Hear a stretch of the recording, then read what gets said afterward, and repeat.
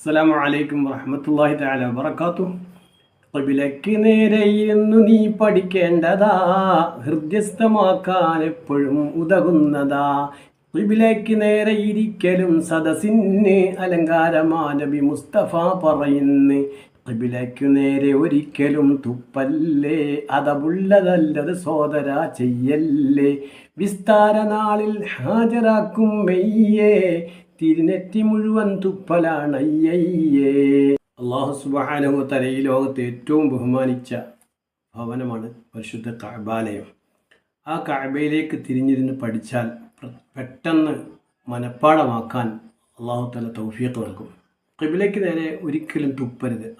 മനഃപൂർവ്വം അങ്ങനെ തുപ്പുന്നവരെ നാളെ മഹ്ശറയിൽ ആ തുപ്പലോടുകൂടി നാളെ ഹാജരാക്കുമെന്നാണ് മുത്തുനബി സല്ലല്ലാഹു അലൈഹി വസല്ലം പഠിപ്പിക്കുന്നത്.